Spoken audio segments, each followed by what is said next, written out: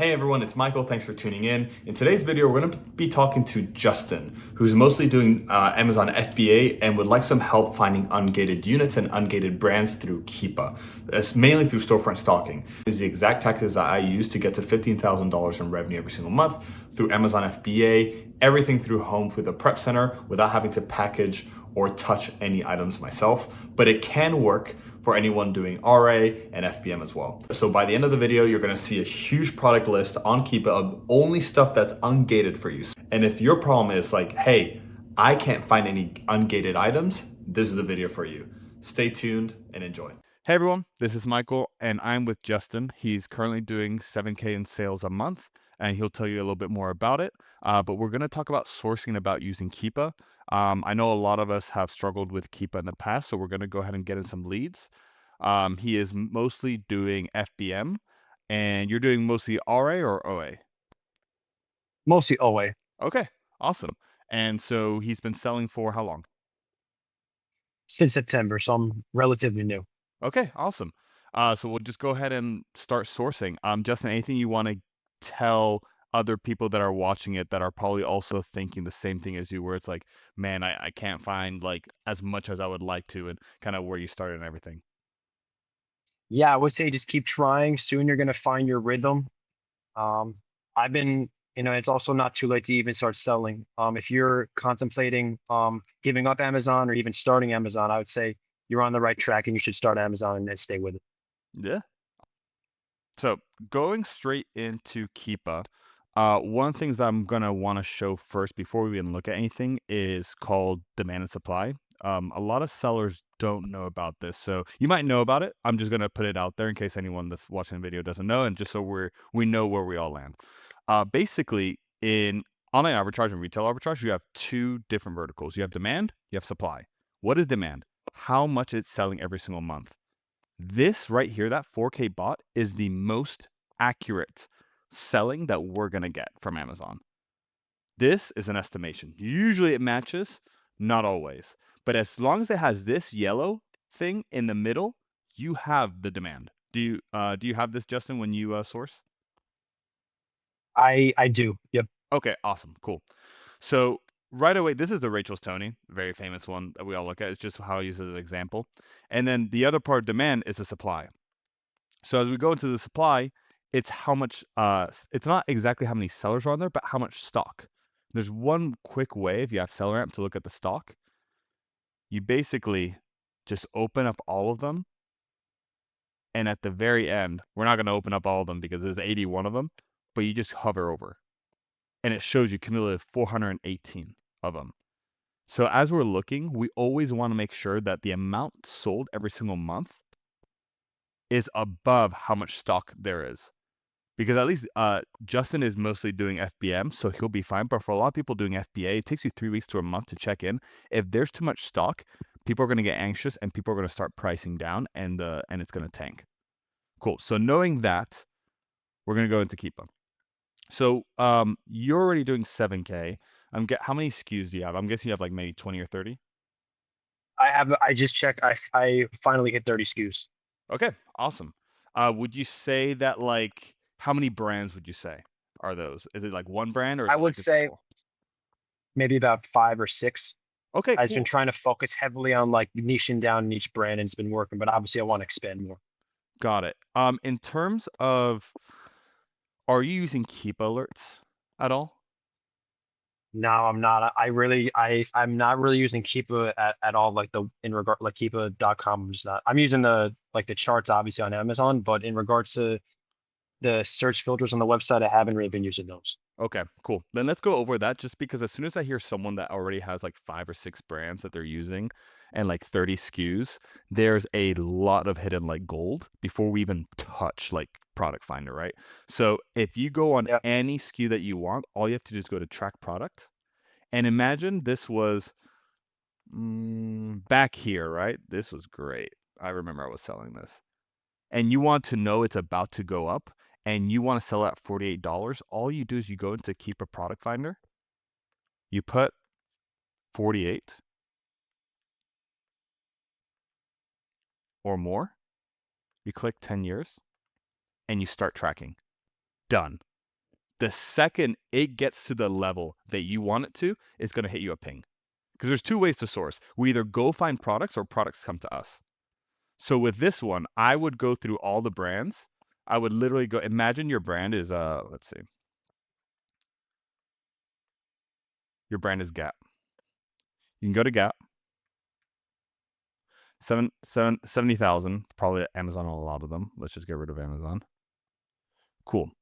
Then let's go to, let's see, offers, new. Let's just go to 10. So we got some that are like actually selling. Oh, that's a little too much. Oh, I remember with Gap, it was that it has barely any velocity. So I'm gonna go to bot. Let's just go to 50. Cool. 5 products. Now you can always change the filters, but what I would do is that whatever brands you have for those 5 or 6, go into every single brand the way I just did it, open them up one by one, and Keepa Product Alerts on every single one. That way, once it hits, you always have stuff coming in. Like this one would be beautiful. Like imagine, right? Like there's too many people right now. And how do I know?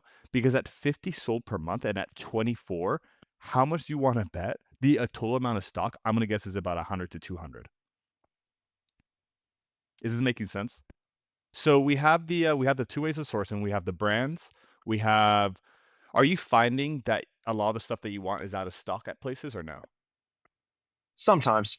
Okay. I've been doing a lot of clothing, and I've been Okay. fortunate. It's been I'm in New Jersey, so it's tax-free and it's local, Yeah. and I've been having success finding everything. Sometimes when it's more of another item that's not clothes, maybe video game, cologne, DVD, something like that, it might be out of stock. Mm-hmm. Something like an HDMI, it's like an HDMI type of cable, or like, like a device. Sometimes those are out of stock, especially on Walmart. Like it'll give Yeah. me the option. So one thing I'm going to recommend, and I'll just go ahead and start sharing my screen again, is that if you are finding that you have a lot of stuff that's out of stock, you can go ahead and use something like, you've probably heard of it, Distill Alert.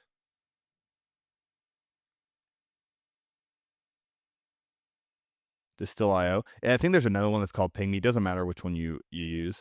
But basically, I have it, as you can tell, right? Where is it? There it is. Distill Web Monitor. So what you can do is that you can open it, monitor parts of page, and you can literally go to the out of stock, click on it, and say like, hey, let me know when it's back in stock. So anything that's out of stock, you will be the first one to know. It will just send you an email, hey, this is back in stock. You can go ahead and buy it. That's good, actually. Yeah. So we have the Keep Alerts.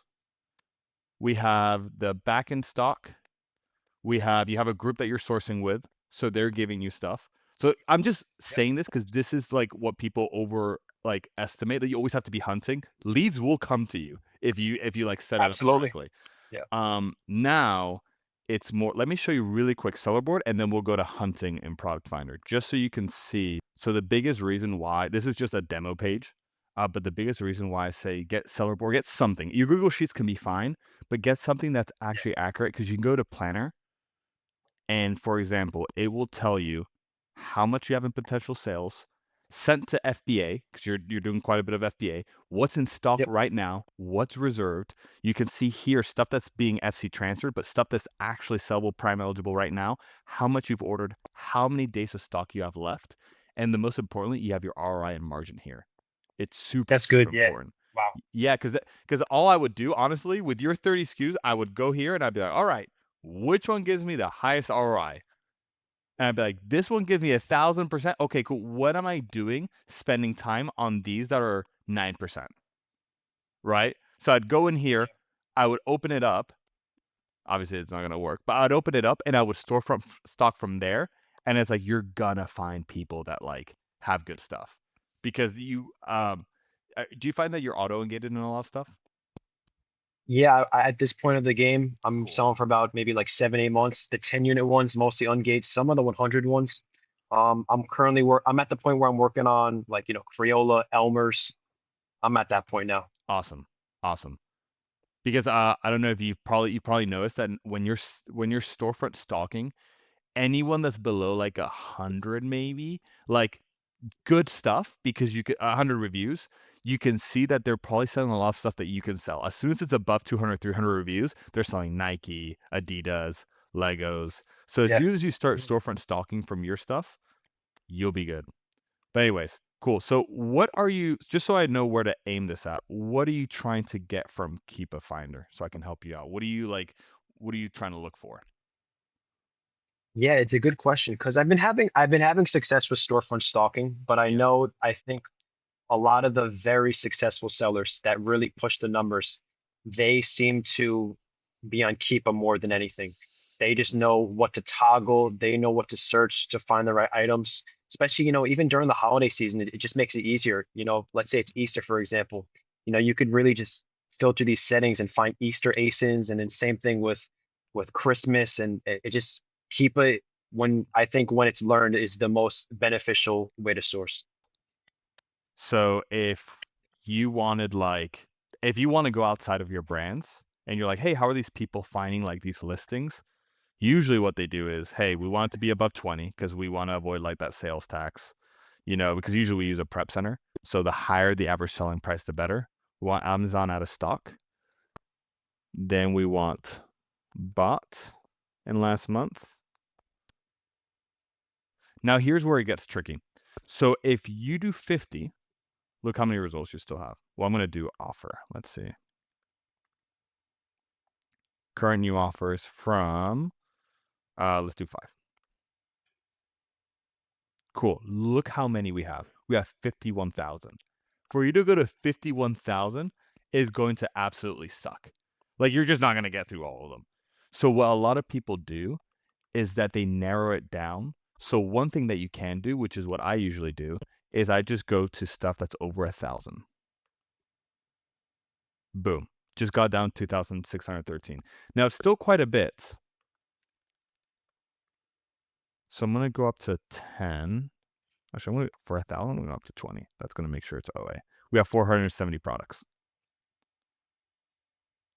So the goal of this is just to find something that you can sell to start narrowing it down. Because if you told me right now, like, hey, Michael, like find something on Product Finder, just that's selling because you can find some, as you know, some fire listings that are only selling 50 to 100, but they only have like 1 or 2 sellers on them or 3, and they don't have any inventory. So there's like a bunch of demand and not enough supply. You get in and you kill. But it's really hard to find that on Keepa because you just say like, hey, give me something that's selling 100 a month with only 3 or 4 people on it.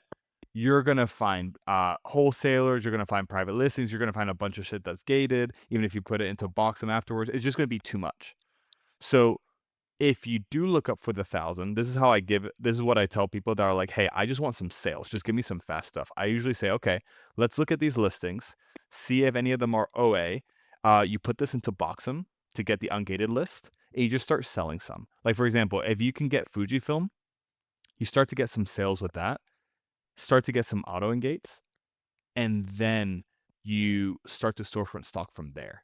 So if you're like, hey, like you're already at 7K. So you're like, hey, Mike, I've already done that. Like the next part really is to just start narrowing it down more through your brands or sellers.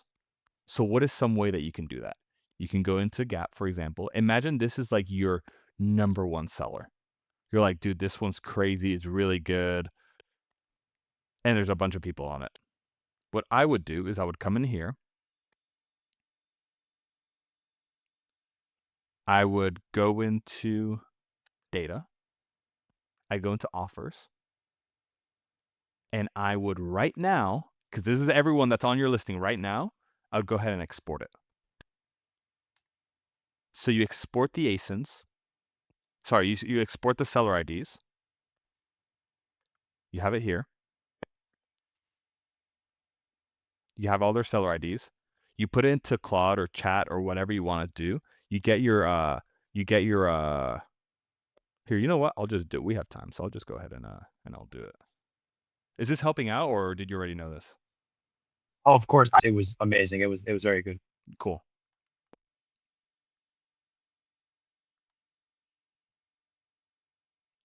So I'm gonna get the seller IDs. Once we get the seller IDs, we're gonna get all the ASINs. Once we get the ASINs, you put into Boxem, get everything that's ungated and put it back into Keepa.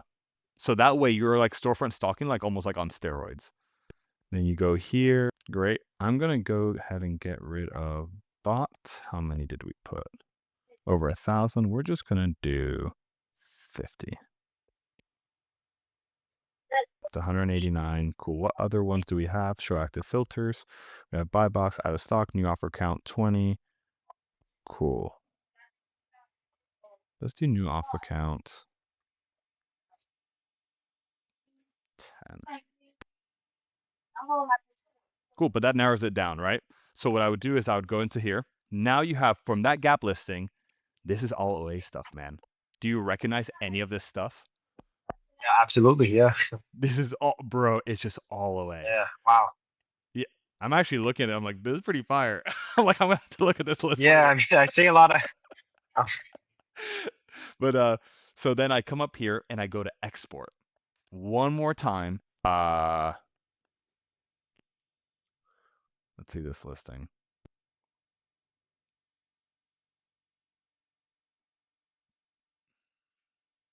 Cool. Even though this person's at 36, they only have 2 reviews. This is an OA seller or RA seller, just like you or me. And at some point when they're not selling, they're going to be like, dude, I need to get my money back. And they're going to go down to 27. And these people are going to be like, dude, I'm not selling. I'm going to have to go. And it's going to be a race to the bottom. We can already see. I don't even have to look at the Keepa graph to know that this is starting to tank. Why? Look at all these walls of 25, 27. Like once you start to see walls and everyone's priced together, it means that people are trying to liquidate, especially when there's all FBA. These walls of FBA. So like it's only selling 50 a month. And it just started selling 50 a month again. So it means right here wasn't even selling 50 a month with 14 sellers. And how much stock? 140 stock. There's 140 units currently available for people to buy, and people are only buying 50 a month, 50 to 100. And that's why we see right here. This one's a beautiful example.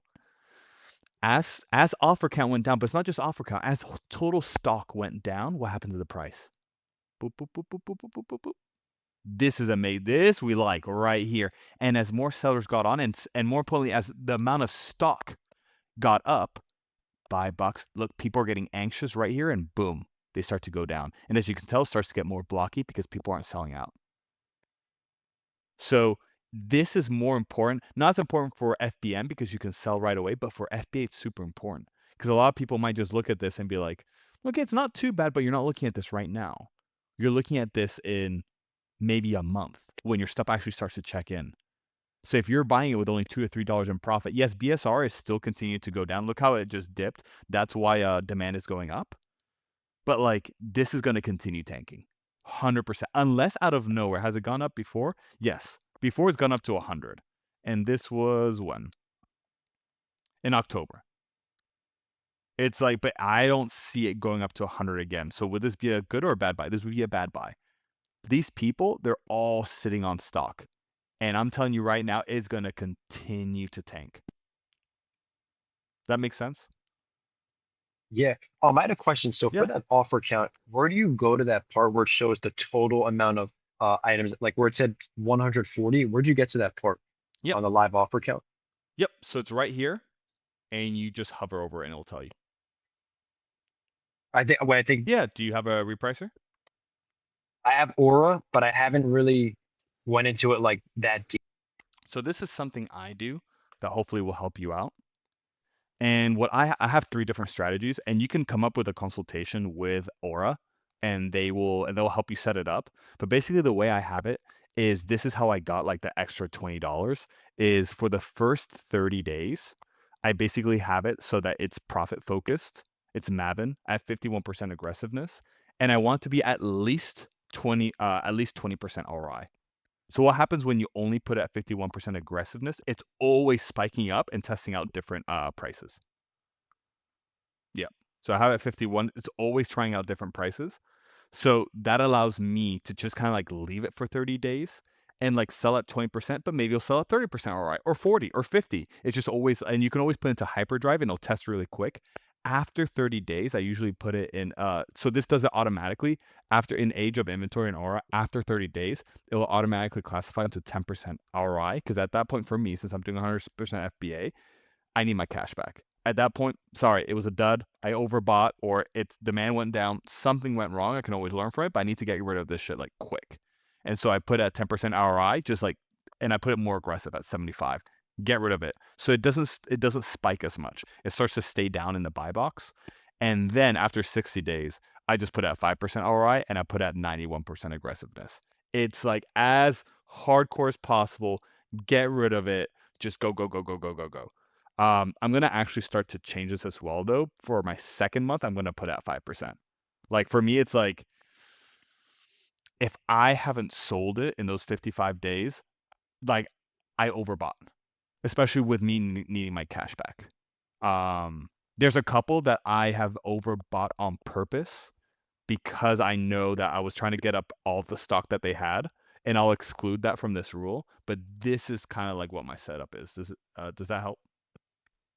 Yeah, of course. Yeah, I gotta get into this, and because I think it'd help move my product faster and more efficiently. Yeah. Yeah. Because the cool thing is that like on here you can also look at your like old inventory like listing age, and it'll tell you like how old your stuff is. So if you see that it's above 30 days and you're doing FBA, like that's when you just put your new rule and you say like, dude, get rid of it, drop it. Like it's not selling. It's been at Amazon Prime eligible for over 30 days and no one's bought it. Like, and I know some people that do RA that don't mind because their margins are like 50% margins, and they're like, dude, I'll just sell 4 a month, and they're doing great, and they have a job, so it supplements their like income. But for most people, I would say like you want the business to be below 55 days. So this is what I use. Yeah, it's good stuff. I'm gonna get into it. Yeah, yeah. What other questions do you have? I'd say another question I had was Yeah. just like how did you get into Amazon? How long you been selling for? Yeah. I got into Amazon like maybe a year and a half ago, but like trying to do everything on my own, just YouTube channels. Just like, dude, I didn't know what a Keepa Product was horrible. And then in November, I left Amazon. I worked for Amazon in operations and as a business analyst in corporate. And I have been going since November every single day, no off days. So I've been like 6 months now. And I'm currently at 20K in sales and about like 1600 in profit a month. No, this is good. Yeah, but I'm reducing my SKUs by a lot. I was at like 40 or 30, and I just started to go down because I'm trying to do optimized shipments, and I have 2 prep centers, and so I'm just trying to go deeper with stuff where I can say like, hey, you have 200 or 300 units, Time. yeah, yeah. If I could give, because I was in your same position, so for 4 months, I think December to like April, I was sleeping on a friend's couch because I had to get my cost of goods so low. And I was like in the center of Oh yeah. Wow. Nashville in a nice apartment. And I was like, dude, like I gotta sleep on my friend's couch. We'll work every single day. Damn. Yeah. And one thing that Worse. pushed me above 10K in sales was getting a prep center. Not because I know plenty of people are doing 50, 100K in sales out of their house, but I was using a little storage unit while sleeping on my friend's couch, and it was horrible. As soon as I started using a prep center and I didn't have to like deal with like, okay, now get my car, go to USPS, come back, go and use my key for the little thing, check in the items. That I'm doing Walmart orders and they keep knocking and no one's letting them in. I was like, this as soon as I used the prep center, went up to 15K, like easy. And I was like, but that's because Wow. that was my Yeah. Oh, bottleneck. Not because everyone else, like if you have a beautiful garage, and it sounds like honestly you have a great relationship with your parents where you're like, dude, they let me do it, like it's all good. But I will say, just in case you're like, dude, honestly, it's not going well. It just feels like there's so much shit that's everywhere. Maybe using a prep center, because like a lot of them are only requiring like 100 units a month. That's it. Now it will take yeah. longer and profits won't be as good, but just depends. That's why I keep asking like what your blocker is, and it seems like time's not your blocker. It's just sourcing, which we went into today. So hopefully that helps. Yeah. Mhm. Now, do you like random question? Do Yeah. you live in the prep center or do you live somewhere else now? Or are you still like what's your situation now? Yeah. Where are you So based out of? so right now I'm in Chicago. I was living with my in on the sofa of my friend for 4 months, just moved back in with my parents about a month ago, and now I'm gonna get a camper, and I'm gonna be like going around the US. So I'm gonna go north Nice. during the As your summer. prep center's rolling everything out. Yeah. Because I don't touch That's products awesome. anymore. Yeah, that's amazing. Yeah. Yeah, and I'm like, this is such a cash intensive business that I'm like, dude, how can I get cost of living down? And I need to be alone. I tried to find some like cabins, but they're like $1,500 a month. I'm like, dude, no, I need as low as possible. So I'm like, I'm gonna get a camper. I'm Yeah. gonna go to Montana or north, just have greenery everywhere, and just hammer Amazon FBA from my computer for like 12 hours a day. That's awesome. Yeah. So now, would you say like I'm at 30 live SKUs? Like, Yeah. obviously, would you say like the sky's the limit with SKUs as long as they're profitable? Like if I had like, in the future, like 300 ASINs to sell, like that's fine as long as they're all just making money, right? This is what I found out.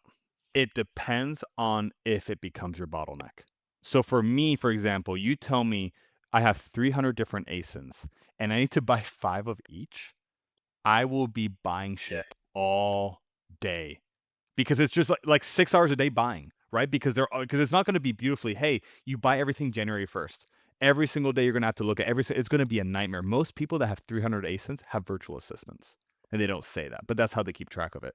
So I was already Yeah. finding that at 30 ASINs. I was like, dude, between getting the gift cards for this person and doing this and doing that, I'm like, this is horrible. So it just depends. Maybe you're different, man. Maybe you look at a list of 300 and you're like, dude, I can buy all this in 2 hours, and you're good. So it just depends if it becomes your Uh, bottleneck.